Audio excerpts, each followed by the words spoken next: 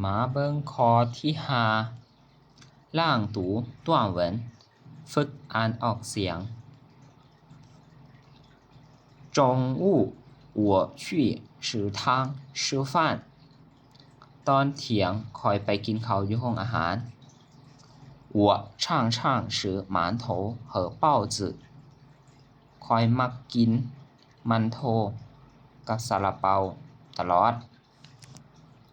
不吃面条บ่กินหมี่我不会用筷子คอยใส่ไม้ถูบ่เป็น我觉得用筷子太难了คอยคิดว่าใส่ไม้ถูยากโพดแล้ว我的中国朋友张หัว想教我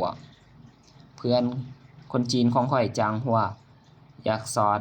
ข้อยใส่ไม้ถู明天晚上我们俩一起吃面条มื้ออื่นตอนแลงพวกเราสองคน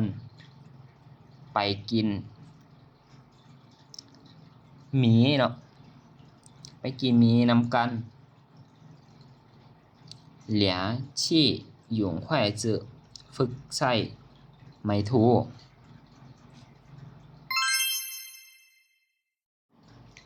มาต่อกันข้อที่6เนาะ汉字连期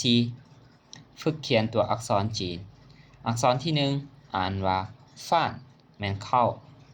ขีดตามลำดับเนาะเขียนอักษรที่2อ่านว่าใช่แปลว่าอาหารเนาะคำศัพท์ที่3ตัวที่3เนาะอักษรที่3อ่านว่าเจียวมีเกี๊ยวเนาะมาเบิ่งข้อที่4语音连期ฝึกออกเสียงรูปที่1เนาะ一块语气เบิ่งตัวอย่างนำกัน一块